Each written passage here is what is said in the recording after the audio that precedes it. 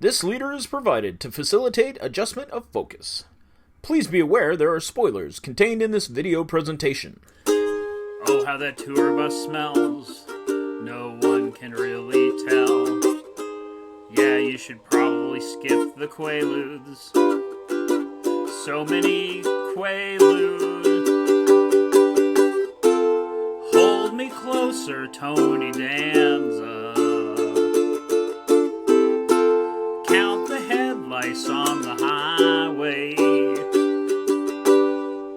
Almost Famous was released in 2000, directed by Cameron Crowe. It won for Best Writing. It was nominated for Best Supporting Actress ×2 and Editing, and it won the Golden Globe for Picture and Supporting Actress. How would you like to see a movie about Cameron Crowe's life of writing for Rolling Stone as he was a kid?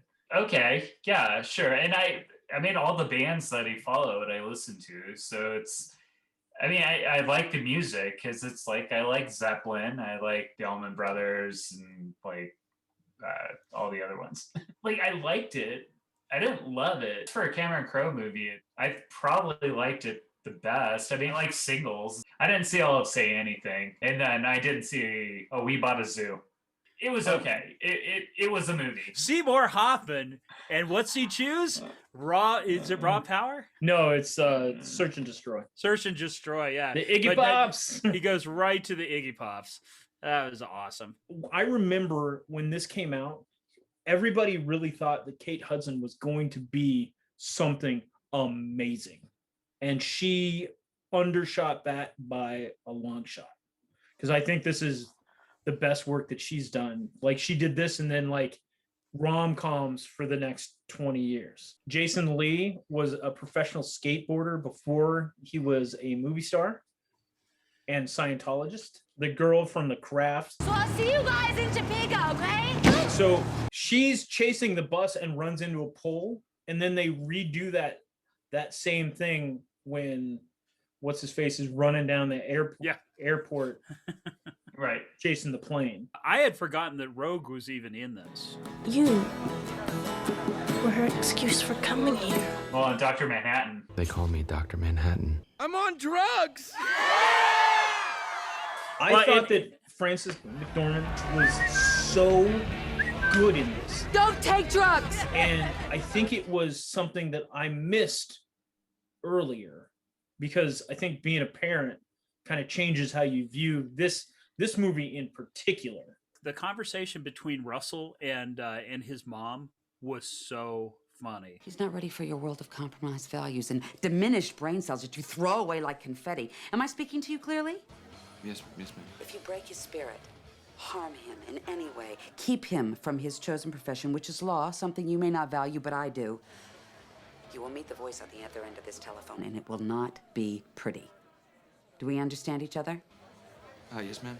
I think the adult versus youth and the sad versus fun at 22, when I saw this, I didn't really get that sense of foreboding that was from the first frames as an adult with kids. Kids going out and doing whatever they want to do, and kids can't do that because they're going to they're going to mess it up. They're going to mess it up.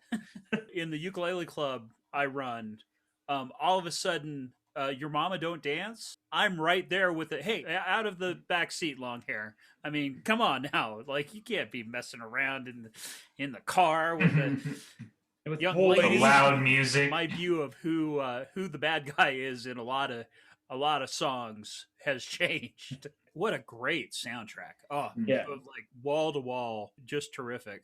I would say that was what I liked about it the most, was the music. Cameron Crowe does that a lot with, well, I mean, Singles, he did that, where it was all the grunge music. The confession scene. There's a reason why that's the thing that people remember about this movie.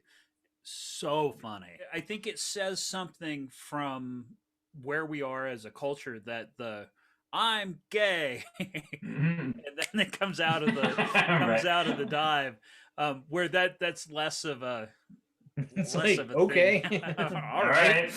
Everybody else said something bad. The downside of Quaaludes. I mean, who could have thought that was going to happen? Oh, and then the rapey part. Yeah. I love you. And I'm about to boldly go where many men have gone before. Like, Yuck. just because a girl likes to have intercourse with lots of guys doesn't mean that you get to take advantage of her when she's indisposed.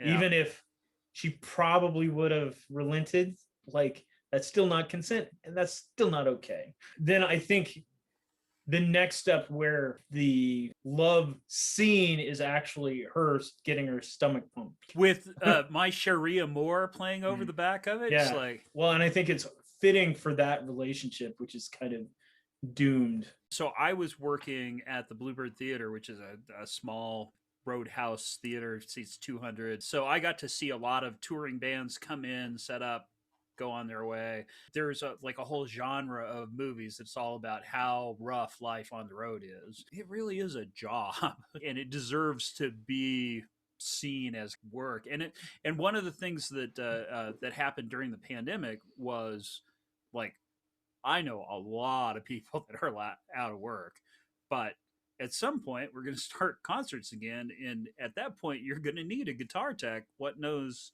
how to load and unload trucks. I really like the opening credits.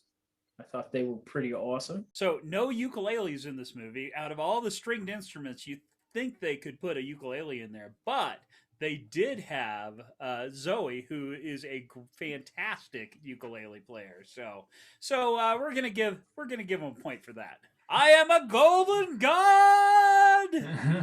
I really I like this movie. I think more than the first time I saw it. I remembered that it was just it felt very awkward, and it felt less awkward as a grown-up. But yeah, I'm gonna give it 3 ukuleles. I thought it was a good movie. I thought it moved along at a pretty good pace, and for being a kind of long movie, like, I think it covered its time. Yeah, I thought I liked it. I think I'd give it 2.5.